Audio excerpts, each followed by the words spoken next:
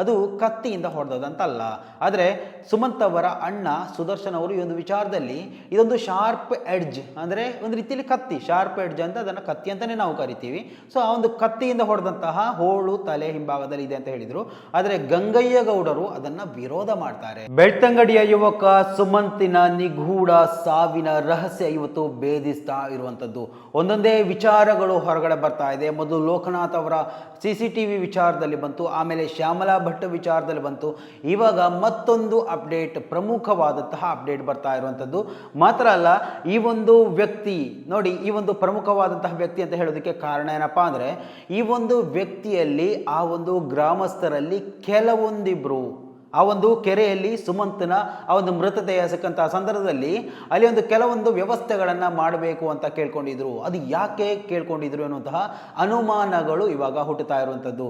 ಮಾತ್ರ ಅಲ್ಲ, ಅಲ್ಲಿ ಕೆಲವೊಂದಿಷ್ಟು ಬೆಳವಣಿಗೆಗಳು ನಡೆದಿದೆ. ಅದನ್ನು ಅವರು ಸ್ವತಃ ಹೊರಗಡೆ ಹಾಕಿದ್ರು, ಮಾಹಿತಿಯನ್ನು ಲೀಕ್ ಮಾಡಿದರು. ಎಲ್ಲವನ್ನ ಈ ಒಂದು ವಿಡಿಯೋದಲ್ಲಿ ಕಂಪ್ಲೀಟ್ ಆಗಿ ವಿವರಿಸುವಂತಹ ಒಂದು ಪ್ರಯತ್ನವನ್ನು ಮಾಡ್ತೀನಿ. ಅದಕ್ಕೂ ಮೊದಲು ಈ ಒಂದು ವಿಡಿಯೋವನ್ನು ನೀವು ಮೊದಲನೇ ಬಾರಿ ವೀಕ್ಷಣೆ ಮಾಡ್ತಾ ಇದ್ದರೆ ಖಂಡಿತವಾಗಿಯೂ ಈ ಒಂದು ಚಾನಲನ್ನು ಸಬ್ಸ್ಕ್ರೈಬ್ ಮಾಡ್ಕೊಂಡು ನೋಡಿ. ಮಾತ್ರ ಅಲ್ಲ, ನಿರಂತರವಾಗಿ ಇಂತಹ ಅಪ್ಡೇಟ್ಗಳನ್ನು ನಿಮ್ಮ ಮುಂದೆ ತರುವಂತಹ ಪ್ರಯತ್ನಗಳನ್ನು ನಾವು ಮಾಡ್ತೀವಿ.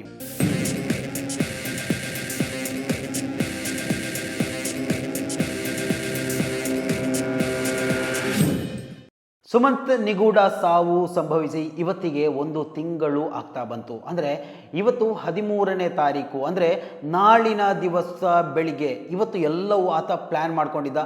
ನಾಳೆ ಬೆಳಗ್ಗೆ ಧನು ಪೂಜೆಗೆ ಅಂತ ಹೋಗಬೇಕು, 5 ಗಂಟೆಗೆ ಏಳಬೇಕು, 5:30 ಹೊತ್ತಿಗೆ ನನ್ನ ಸ್ನೇಹಿತರನ್ನು ಮೀಟ್ ಮಾಡಬೇಕು ಅಂತ ಎಷ್ಟೊಂದು ಆಸೆಗಳನ್ನಿಟ್ಟುಕೊಂಡು ಬೆಳಗಿನ ಜಾವ ಎದ್ದಂತಹ ಆ ಒಂದು ಬಾಲಕ ನಂತರ ಕಣ್ಮರೆಯಾಗಿದ್ದಂತಹ ವಿಚಾರ. ಆ ಒಂದು ವಿದ್ಯಾರ್ಥಿಗಳು, ಆತನ ಸ್ನೇಹಿತರು, ಆಪ್ತ ಸ್ನೇಹಿತರು ಮನೆಗೆ ಕರೆ ಮಾಡಿ ಹೇಳಿದಂತಹ ವಿಚಾರಕ್ಕೆ ಸಂಬಂಧಪಟ್ಟು ಅವರು ಹುಡುಕಾಟವನ್ನು ಆರಂಭ ಮಾಡುವಂಥದ್ದು. ಆ ಒಂದು ಹುಡುಕಾಟ ಆರಂಭ ಆಗಿ ನಂತರ ಆತ ನಡೆದುಕೊಂಡು ಹೋಗುವಂತಹ ದಾರಿಯಲ್ಲಿ ಹುಡುಕಾಟವನ್ನು ಆರಂಭಿಸ್ತಾರೆ. ಅಲ್ಲಿ ಪಕ್ಕದ ಕೆರೆಯಲ್ಲಿ ಆತನ ಮೃತದೇಹ ಪತ್ತೆ ಆಗುತ್ತೆ. ಅಂದರೆ ಅಲ್ಲಿ ರಕ್ತದ ಕಲೆಗಳು ಅದು ಇದು ಅಂತ ನೋಡಿ ಸಂಶಯದಿಂದಾಗಿ ಅಲ್ಲಿ ಹುಡುಕಾಟ ಮಾಡ್ತಾರೆ. ಆಮೇಲೆ ಅಗ್ನಿಶಾಮಕ ದಳ ಬರುತ್ತೆ, ಪೊಲೀಸರು ಬರ್ತಾರೆ, ಎಲ್ಲವೂ ಬಂದು ಅವನನ್ನು ಮೇಲಕ್ಕೆತ್ತುವಂತಹ ಪ್ರಯತ್ನಗಳನ್ನು ಮಾಡುತ್ತೆ. ಆದರೆ ನಿಗೂಢವಾಗಿರುವಂಥದ್ದು ಹಂತಕ ಯಾರು, ಅಥವಾ ಇದೊಂದು ಅಸಹಜ ಸಾವು.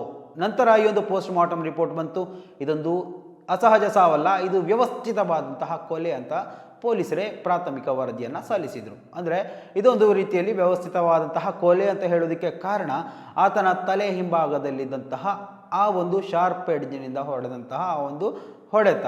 ಆದರೆ ಇವತ್ತು ಆ ಒಂದು ವಿಚಾರದಲ್ಲಿ ಸ್ಫೋಟಕವಾದಂತಹ ವರದಿ ಬರ್ತಾ ಇರುವಂಥದ್ದು. ಸುಮಂತನ ಸಾವಿನ ಪ್ರಕರಣ ಹಲವು ಅನುಮಾನಗಳನ್ನು ಸೃಷ್ಟಿ ಮಾಡಿದ್ದವು. ಅದರಲ್ಲಿ ಪ್ರಮುಖವಾಗಿ ಹುಟ್ಟಿಕೊಂಡಿದ್ದಂತಹ ಅನುಮಾನಗಳಾಗಿತ್ತು ಆ ಒಂದು ಕೆರೆಯಲ್ಲಿ ಸಿಕ್ಕಂತಹ ಟಾರ್ಚ್ ಮತ್ತು ಕತ್ತಿಯ ವಿಚಾರವಾಗಿ.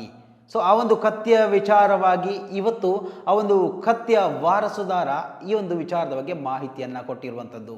ಆ ಒಂದು ತೋಟದಲ್ಲಿ ಹಲವು ವರ್ಷಗಳಿಂದ ಕೆಲಸ ಮಾಡ್ತಾ ಇದ್ದಂತಹ ಗಂಗಯ್ಯ ಗೌಡರು ಈ ಒಂದು ವಿಚಾರದ ಬಗ್ಗೆ ಪ್ರತಿಕ್ರಿಯೆಯನ್ನು ಕೊಡ್ತಾರೆ. ಆ ಒಂದು ಕತ್ತಿ ನನ್ನ ಕೈಯಿಂದಲೇ ಬಿದ್ದು ಹೋಗಿರುವಂಥದ್ದು.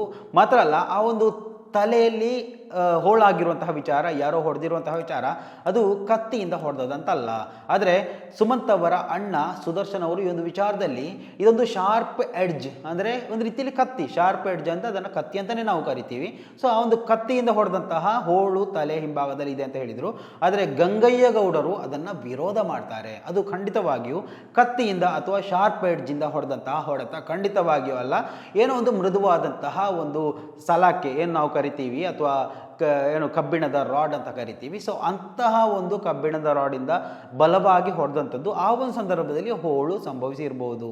ಇನ್ನು ಆ ಒಂದು ಕೆರೆಯಿಂದ ಲಭ್ಯವಾದಂತಹ ಕತ್ತಿಯ ವಿಚಾರದಲ್ಲಿ ಮಾತಾಡಿದಂತಹ ಸಂದರ್ಭದಲ್ಲಿ ಗಂಗಯ್ಯ ಗೌಡರು ಯಾವುದೇ ಭಯ ಅಂಜಿಕೆ ಇಲ್ಲದೆ ಹೇಳ್ತಾರೆ, ಹೌದು ಆ ಒಂದು ಕತ್ತಿ ನನ್ನದೇ, ನನ್ನ ಕೈಯಿಂದ ಸರಿಸುಮಾರು 5-6 ತಿಂಗಳುಗಳ ಹಿಂದೆ ಅದು ಕಾಣೆಯಾಗಿತ್ತು. ಮಾತ್ರ ಅಲ್ಲ, ಆ ಒಂದು ಕೆರೆಗೆ ಹೋಗಿ ಬಿದ್ದಿತ್ತು. ಅದು ಯಾವ ಆ ಒಂದು ಪಾಯಿಂಟಲ್ಲಿ ಬಿದ್ದಿತ್ತೋ ಅದು ತನಿಖೆ ಸಂದರ್ಭದಲ್ಲಿ ಆ ಒಂದು ಕತ್ತಿ ಲಭ್ಯವಾದಂತಹ ಸಂದರ್ಭದಲ್ಲಿ ಅದೇ ಸ್ಥಳದಲ್ಲಿ ಆ ಒಂದು ಕತ್ತಿ ಇತ್ತು. ಒಂದು ವೇಳೆ ಅದು ಹೊಸತಾಗಿದ್ದರೆ, ಅಂದಿನ ದಿವಸ ಬಿದ್ದಿದ್ರೆ, ಮೇ ಬಿ ಆ ಒಂದು ಶ್ವಾನದಳ ಬಂದಂತಹ ಸಂದರ್ಭದಲ್ಲಿ ಅದು ಕೂಡ ತನಿಖೆ ಮಾಡಿತ್ತು. ಆ ಒಂದು ಕತ್ತಿಯನ್ನು ಅದು ಒಂದು ರೀತಿಯಲ್ಲಿ ಮೂಸಿ ನೋಡ್ಕೊಂಡಿತ್ತು. ಸೊ ಆ ಒಂದು ವಾಸನೆ ಕೂಡ ಆರೋಪಿಯನ್ನು ಹಿಡಿಯುವಂತಹ ಪ್ರಯತ್ನವನ್ನು ಮಾಡ್ಬೋದಿತ್ತು. ಆದರೆ ಆ ಒಂದು ಶ್ವಾನ ಏನು ಮಾಡಿತ್ತು ಅಂತ ಹೇಳಿದರೆ, ಅದನ್ನು ಒಂದು ರೀತಿಯಲ್ಲಿ ಶ್ವಸಿಸಿಕೊಂಡು ಅಲ್ಲೇ ಸುಮ್ಮನೆ ನಿಂತುಕೊಂಡಿತ್ತು. ಆದರೆ ಅದು ಮತ್ತು ಸುಮಂತ್ಗೆ ಯಾವುದೇ ಸಂಪರ್ಕ ಇಲ್ಲದ ರೀತಿಯಲ್ಲಿ ವರ್ತನೆಯನ್ನ ಮಾಡಿತ್ತು. ಇನ್ನು ಪ್ರಮುಖವಾಗಿ ಗಂಗಯ್ಯ ಗೌಡರು ಹೇಳಿದಂತಹ ಒಂದು ವಿಚಾರ ಇವತ್ತು ಸಾಮಾಜಿಕ ಜಾಲತಾಣದಲ್ಲಿ ದೊಡ್ಡ ಸುದ್ದಿಯನ್ನ ಮಾಡ್ತಾ ಇರುವಂಥದ್ದು. ಅಂದ್ರೆ ಆ ಒಂದು ಸಂದರ್ಭದಲ್ಲಿ ಆ ಒಂದು ಕೆರೆಯಲ್ಲಿದ್ದಂತಹ ನೀರನ್ನ ಆದಷ್ಟು ಬೇಗ ಪಂಪ್ ಮುಖಾಂತರ ಹೊರಗಡೆ ಹಾಕೋಣ ಅಂತ ಯಾರೋ ಒಂದಿಬ್ರು ಹೇಳಿದ್ರು, ಅದು ಕೂಡ ಪೊಲೀಸರು ಬರುವ ಮೊದಲೇ ಮಾಡೋಣ ಅಂತ ಹೇಳಿದ್ರು ಅಂತ ಗಂಗಯ್ಯ ಗೌಡರು ಸ್ಫೋಟಕವಾಗಿ ಹೇಳಿಕೆಯನ್ನು ಕೊಡ್ತಾ ಇರುವಂಥದ್ದು. ಆ ವ್ಯಕ್ತಿ ಯಾರು ಈ ಒಂದು ಸೂಚನೆಯನ್ನು ಕೊಟ್ಟರು ಎನ್ನುವಂತಹ ಮಾಹಿತಿ ಇವಾಗ ಪೊಲೀಸರಿಗೆ ಇದೆಯಾ ಇಲ್ವಾ ಅನ್ನೋದರ ಬಗ್ಗೆ ಗೊತ್ತಿಲ್ಲ.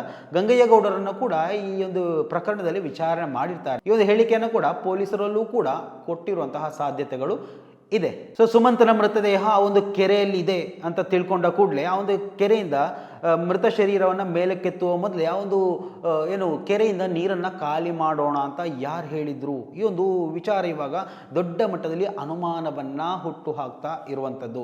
ಒಂದು ಕಡೆಯಲ್ಲಿ ಮುಸುಕುದಾರಿ ವ್ಯಕ್ತಿ ಬೈಕ್ ಮುಖಾಂತರ ಹೋದಂತಹ ವಿಚಾರ ಇಲ್ಲಿ ಪ್ರಸ್ತಾಪ ಆಗ್ತಾ ಇದ್ದಾರೆ. ಸೊ ಆ ಒಂದು ಸಂದರ್ಭದಲ್ಲಿ ಯಾಕೆ ಆ ಒಂದು ವ್ಯಕ್ತಿಯಲ್ಲಿ ಹೋದ ಅಥವಾ ಆ ಒಂದು ರಿಕ್ಷಾಗೆ ಡಿಕ್ಕಿ ಹೊಡ್ಕೊಂಡು ಮತ್ತೆ ಯಾಕೆ ಪರಾರಿಯಾದ ಅನ್ನುವಂತಹ ವಿಚಾರ ಕೂಡ ಇಲ್ಲಿ ಉಲ್ಲೇಖ ಆಗುತ್ತೆ.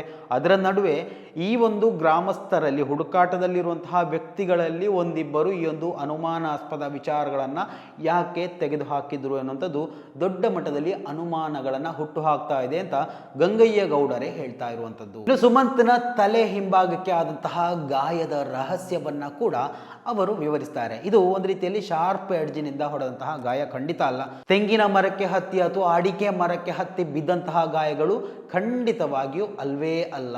ಆದರೆ ಒಂದು ರೀತಿಯಲ್ಲಿ ಕಬ್ಬಿಣದ ರಾಡ್ ಅಥವಾ ಮೊಂಡಾದ ವಸ್ತುವಿನಿಂದ ಬಲವಾಗಿ ತಲೆಗೆ ಹೊಡೆದ್ರೆ ಯಾವ ರೀತಿಯಲ್ಲಿ ಹೋಳಾಗುತ್ತೆ, ಆ ಒಂದು ಹೋಲ್ ಆಗಿರುವಂಥದ್ದು ಒಂದು ರೀತಿಯಲ್ಲಿ ವಿ ಆಕಾರದ ಹೋಲ್ ಇರುವಂಥದ್ದು ತಲೆ ಹಿಂಭಾಗದಲ್ಲಿ. ಆದರೆ ಅದು ಕತ್ತಿಯಿಂದ ಹೊಡೆದ್ರೆ ಬೇರೆ ರೀತಿಯಲ್ಲಿ ಅದನ್ನು ಗಮನಿಸಲಿಕ್ಕೆ ಸಾಧ್ಯ ಇದೆ ಅಂತ ಅವರು ಹೇಳುವಂಥದ್ದು. ಇನ್ನು ಈವಾಗ ಸದ್ಯದಲ್ಲಿ ಈ ಒಂದು ಪ್ರಕರಣದಲ್ಲಿ ಪ್ರಮುಖವಾಗಿ ಕೇಳಿ ಬರ್ತಾ ಇರುವಂತಹ ಒಂದು ಅಪರಿಚಿತ ಬೈಕ್ ವಿಚಾರದಲ್ಲಿ ಯಾಕೆ ಈ ಒಂದು ಸಂದರ್ಭದಲ್ಲೇ ಬೆಳ್ಳಂಬೆಳಗ್ಗೆ ಆ ಒಂದು ಅಪರಿಚಿತ ಬೈಕ್ ಅಲ್ಲಿ ಕಾಣಲಿಕ್ಕೆ ಸಾಧ್ಯ ಆಯಿತು, ಯಾಕೆ ಅಷ್ಟೊಂದು ರಭಸವಾಗಿ ಹೋಯಿತು? ನೋಡಿ, ಧನುರ್ ಪೂಜೆಗೆ ಅಂತ ಹೋಗುವಂತಹ ಸಂದರ್ಭ ಅಲ್ಲಿ ಲೋಕನಾಥ್ ಅವರು ಕೂಡ ಧನುರ್ ಪೂಜೆಗೆ ಅಂತ ಹೋಗುವಂತಹ ವ್ಯಕ್ತಿ, ಅವರು ಮನೆಯ ಹೊರಗಡೆ ಇದ್ದರು. ಸೊ ಆ ಒಂದು ಸಂದರ್ಭದಲ್ಲಿ ಅದೇ ದಾರಿಯಿಂದಾಗಿ ಈ ಲೋಕನಾಥ್ ಎನ್ನುವಂತಹ ವ್ಯಕ್ತಿ ಮತ್ತು ಸುಮಂತ್ ಅವರ ಮನೆಗೆ 1/2 ಕಿಲೋಮೀಟರ್ ವ್ಯತ್ಯಾಸ ಇದೆ ಅಂತೆ.